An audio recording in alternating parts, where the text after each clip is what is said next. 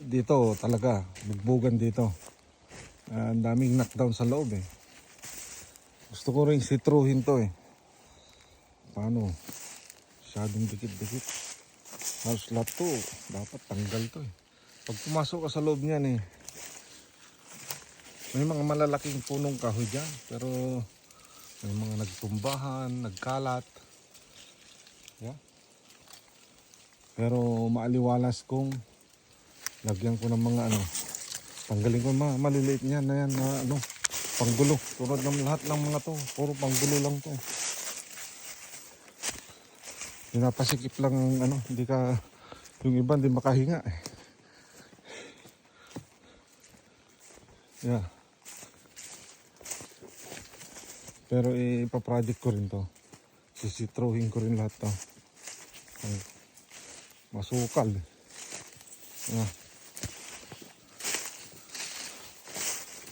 Yeah.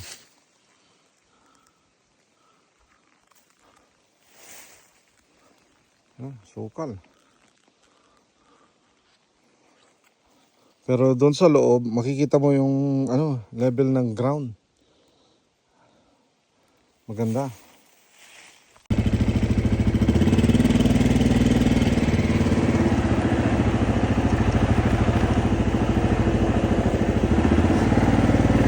Bibisitahin naman natin itong dito eh.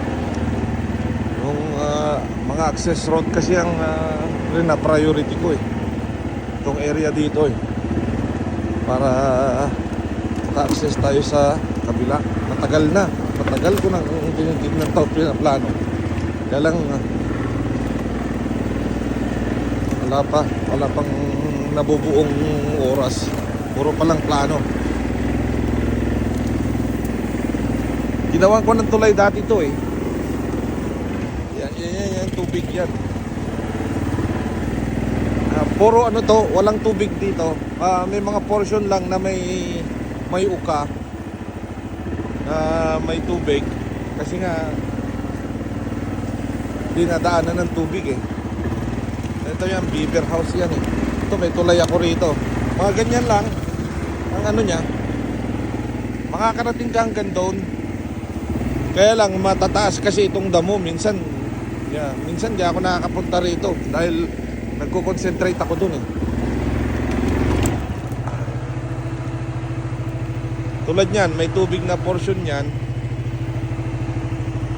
Pero pag nagka-oras ako rito, ayusin ko rin to.